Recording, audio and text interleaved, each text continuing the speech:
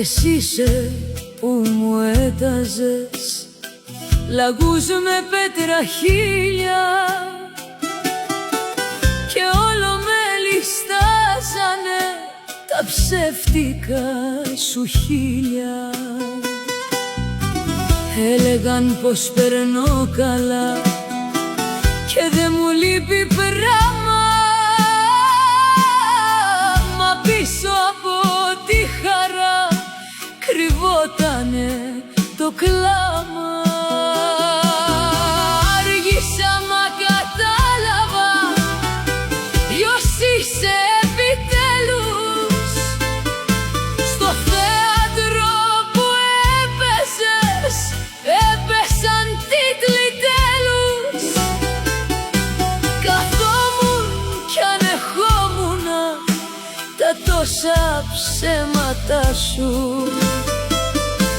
και να που γύρισε ο τροχός έφυγα μακριά σου.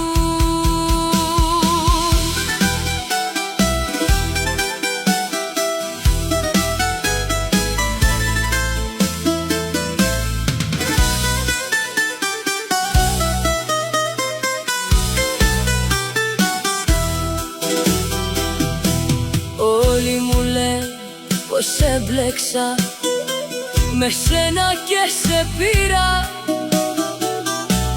αφού μαζί δεν θα είχαμε ούτε στον ήλιο μοίρα.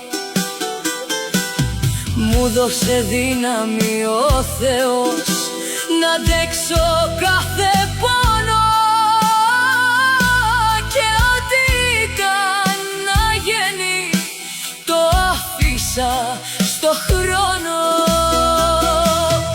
Τώρα που πέρασε ο καιρός και όλα είναι εντάξει, αυτή μου την απόφαση κανένας δεν θα αλλάξει. Το δάκρυ γίνει και χαρά, τα άφησα όλα πίσω, και μ' όσοι έχω δύναμη μπροστά θα προχωρήσω, να κάνω μια καινούρια αρχή δίχως καημό και πόνο. Στο δρόμο μου σαφή χαρές να μου κλουθούνε